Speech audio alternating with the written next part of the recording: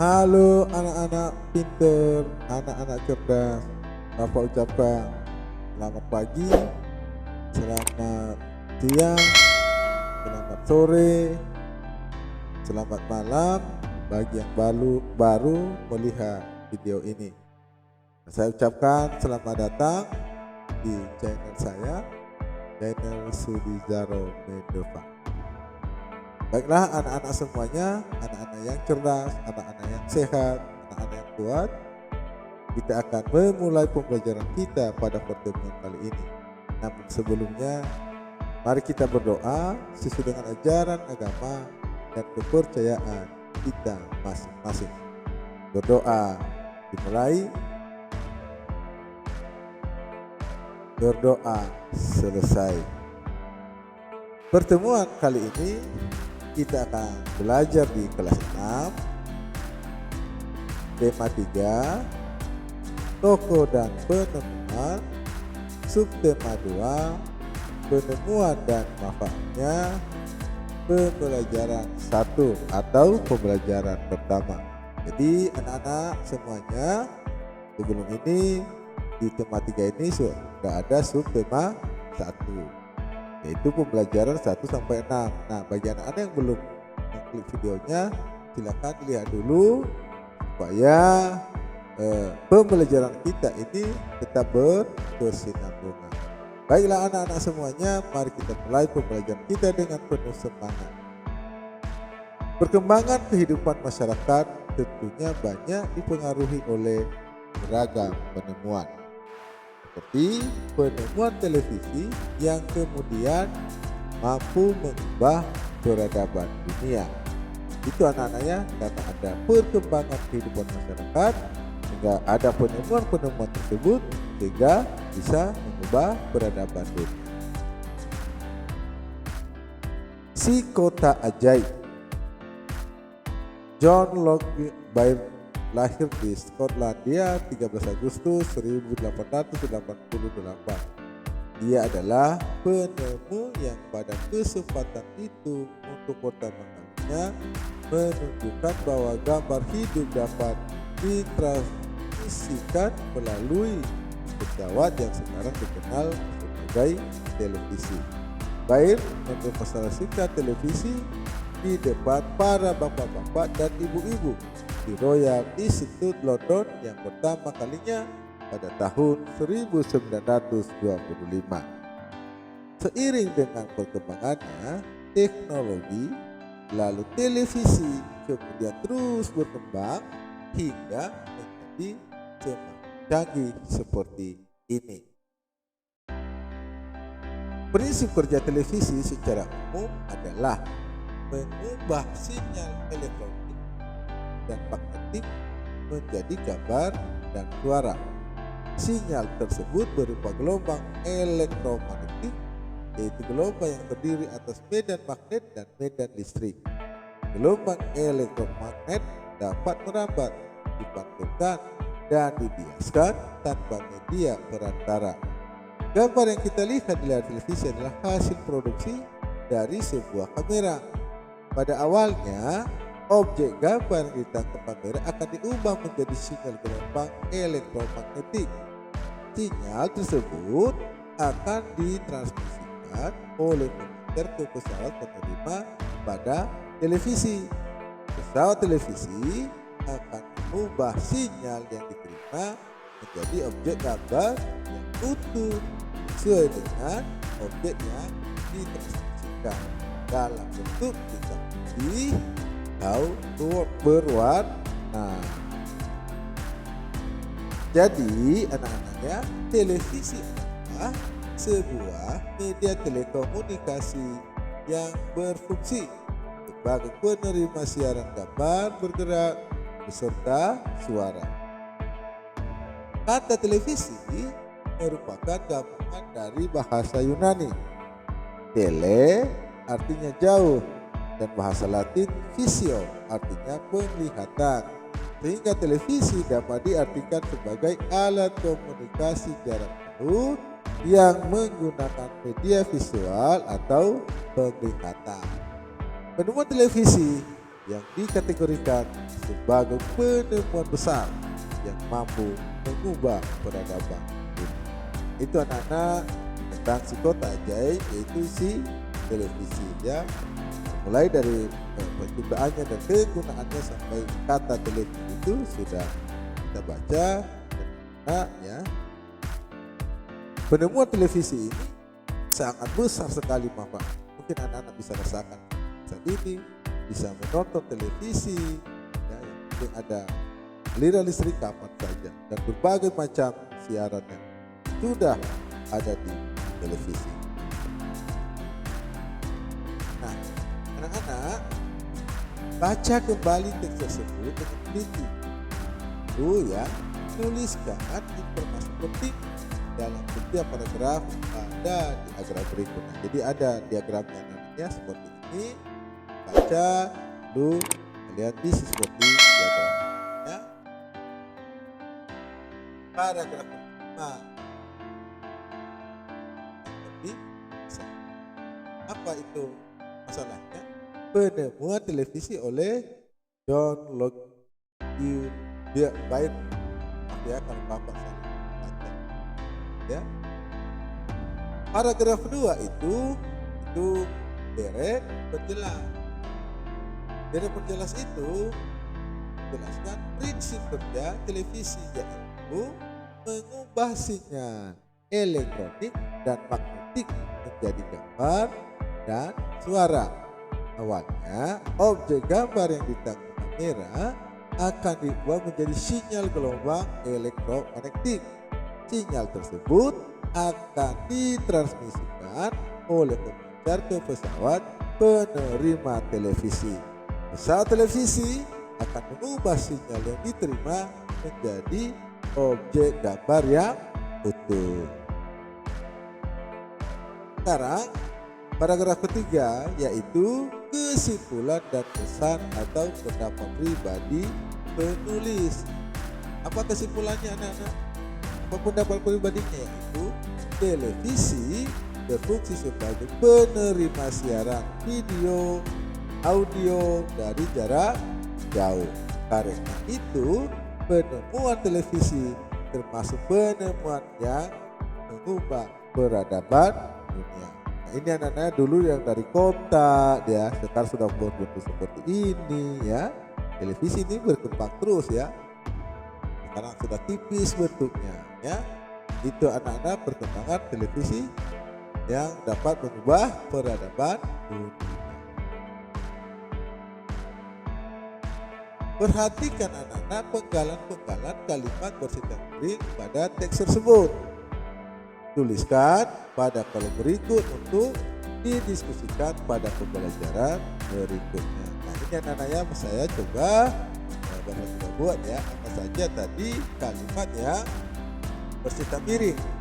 Nah, kalimat bercetak miring itu tidak efektif. Itu satu. Penemu yang pada kesempatan itu untuk pertama kalinya. Kedua, di depan para bapak-bapak dan ibu-ibu.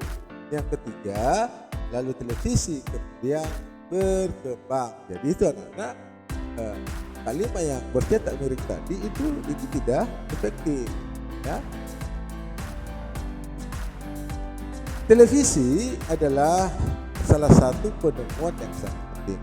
Ayo kita bahas lebih lanjut tentang pengaruh televisi terhadap kehidupan masyarakat di Indonesia. Mari kita bahas anak-anaknya. Nah, ini penjelasannya.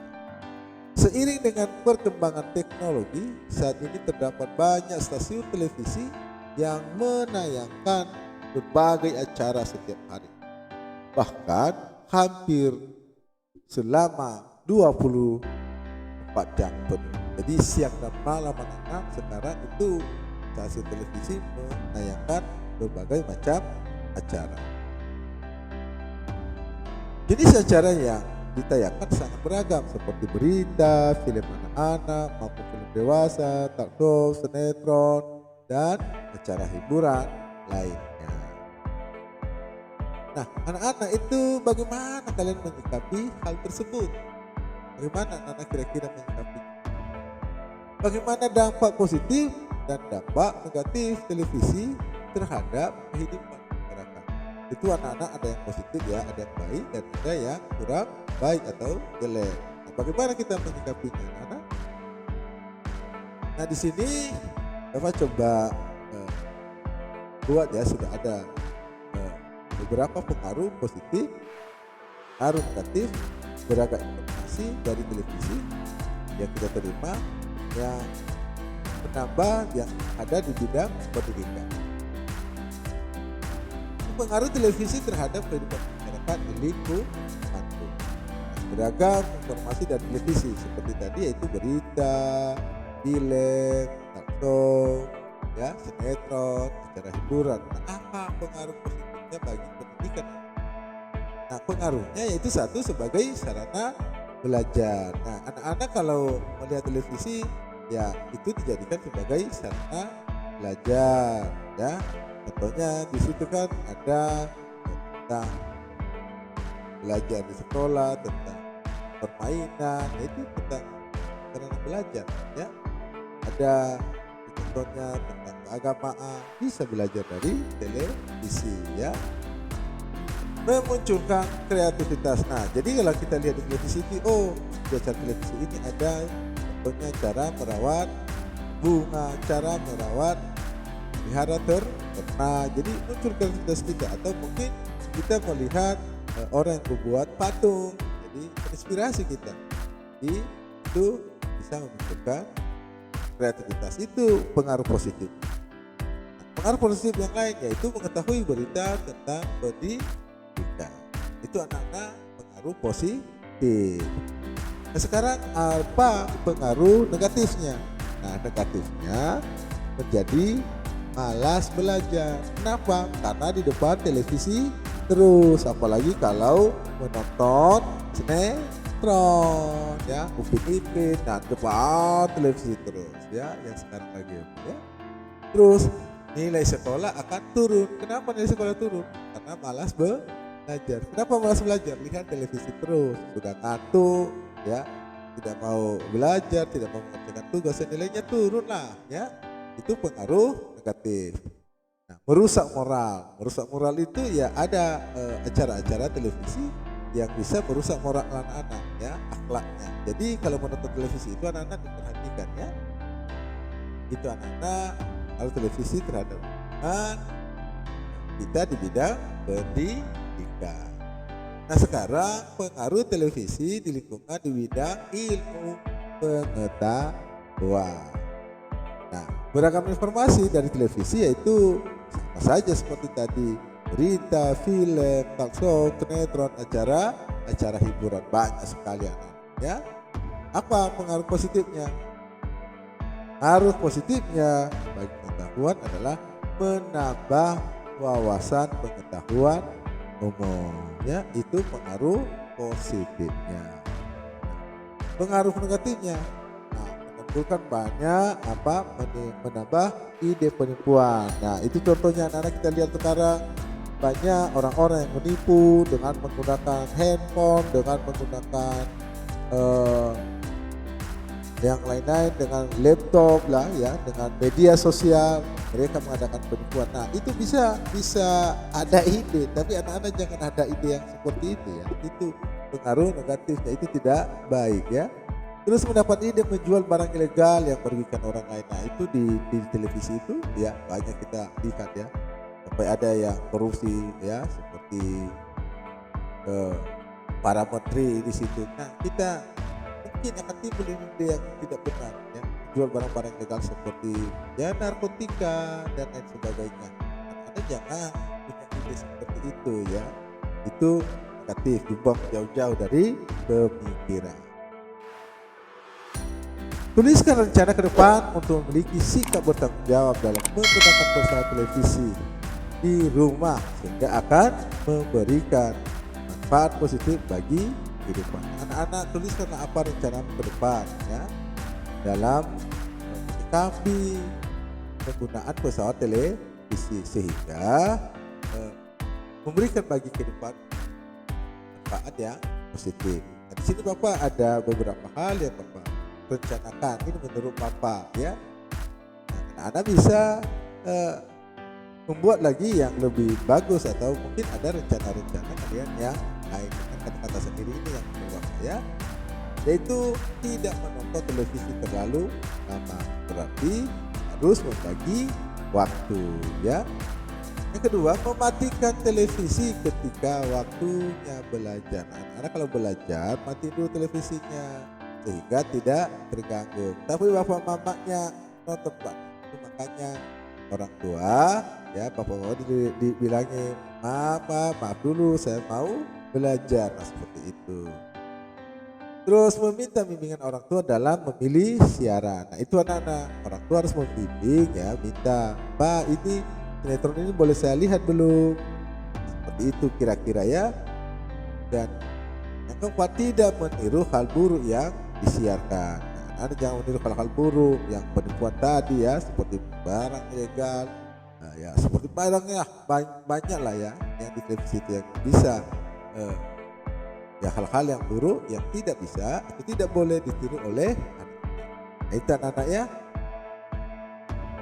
Seperti halnya televisi yang menggunakan sumber energi listrik, lampu-lampu di rumah kalian juga menggunakan energi listrik.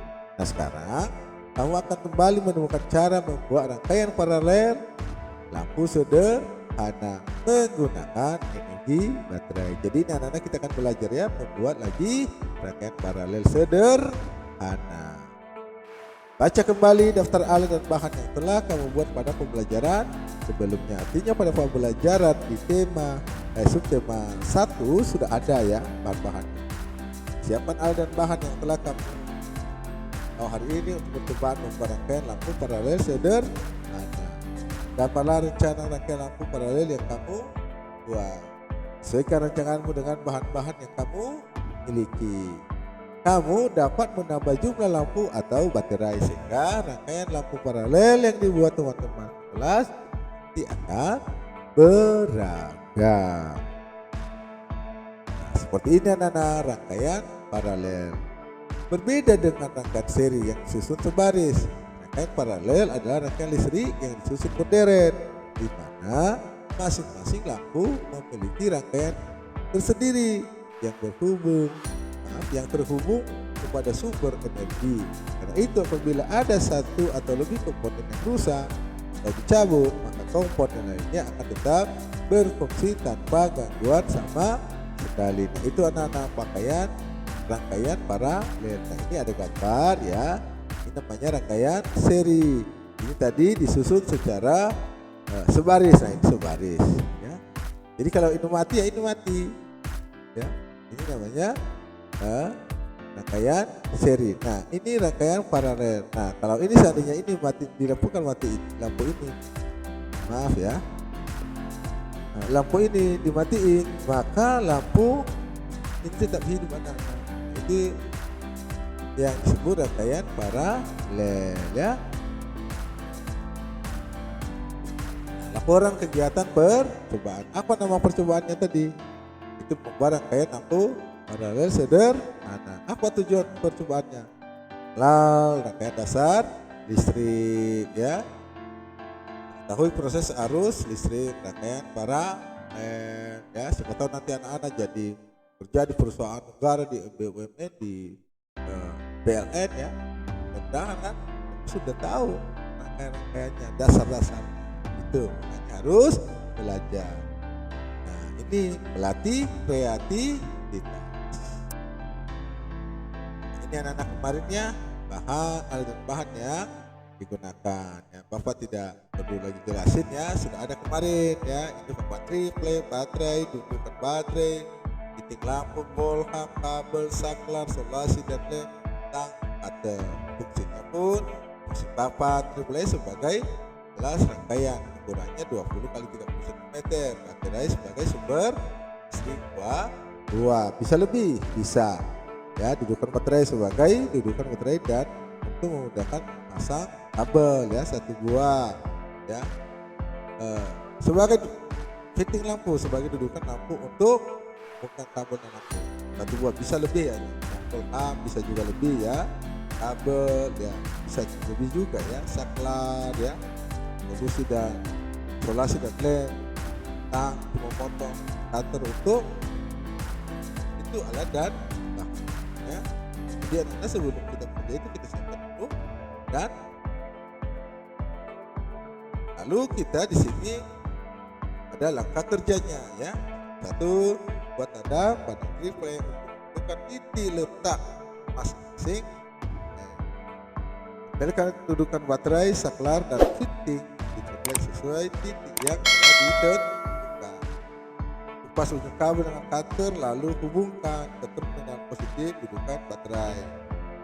Potong kabel sesuai dengan cara dudukan baterai dan terminal saklar. Kupas ujung kabel tersebut kemudian hubungkan ke terminal saklar. Ambil kabel lain lalu kupas ujungnya, kemudian sambungkan kedua ujung kabel yang baru saja dikupas. Keenam, hubungkan sambungan kabel ke terminal input saklar, kemudian potong kabel tadi sesuai jarak saklar dengan terminal input fitting. Saat kupas ujung kabelnya disambungkan ke terminal input fitting yang mampu. Kupas ujung kabel ya, ini anak-anak banyak yang kurang terus ya, kita paham ya. Untuk disambung ke terminal output saklar, kita sambungkan ke terminal input fitting U2. Dari terminal output fitting U2 ambil kabel untuk sambungkan ke terminal output fitting U2. Namun jangan disambung dulu. Ambil kabel lagi untuk sambungkan ke terminal output fitting lampu 1 dengan terminal negatif baterai. Sambungkan kedua ujung kabel yang menuju terminal output fitting lampu 1 dan sambungkan ke terminal output fitting lampu 1 tersebut. Berikan sedikit isolasi ke setiap kabel. Kita biasakan anak-anaknya biar tidak korsleting ya. Nah, baru yang 11, pasang lampu ke fitting lampu dan pasang baterai ke kedudukan baterai. Dan selesai di itu anak-anaknya. Kesimpulan, apa kesimpulan dari praktek tadi? Kesimpulannya itu rangkaian paralel membuat arus listrik mengalir dalam dua jalur. Jika salah satu lampu dimatikan, lampu lain tetap menyala karena masing-masing lampu terhubung ke sumber listrik secara langsung. Demikian anak-anak pembelajaran kita pada pertemuan kali ini. Segala kelemahan, kekurangan, penulisan, pengucapan, Bapak minta maaf sebesar-besar. Sebelum kita akan berpisah, mari kita berdoa sesuai dengan ajaran agama dan pekerjaan kita masing-masing. Berdoa dimulai. Berdoa selesai. Bapak terus mengingatkan kita untuk tetap melaksanakan prokes 3M, yaitu cuci tangan dengan sabun di air yang mengalir, pakai masker, jaga jarak. Terima kasih anak-anak. Semoga bermanfaat. Sampai bertemu pada pertemuan selanjutnya. Tuhan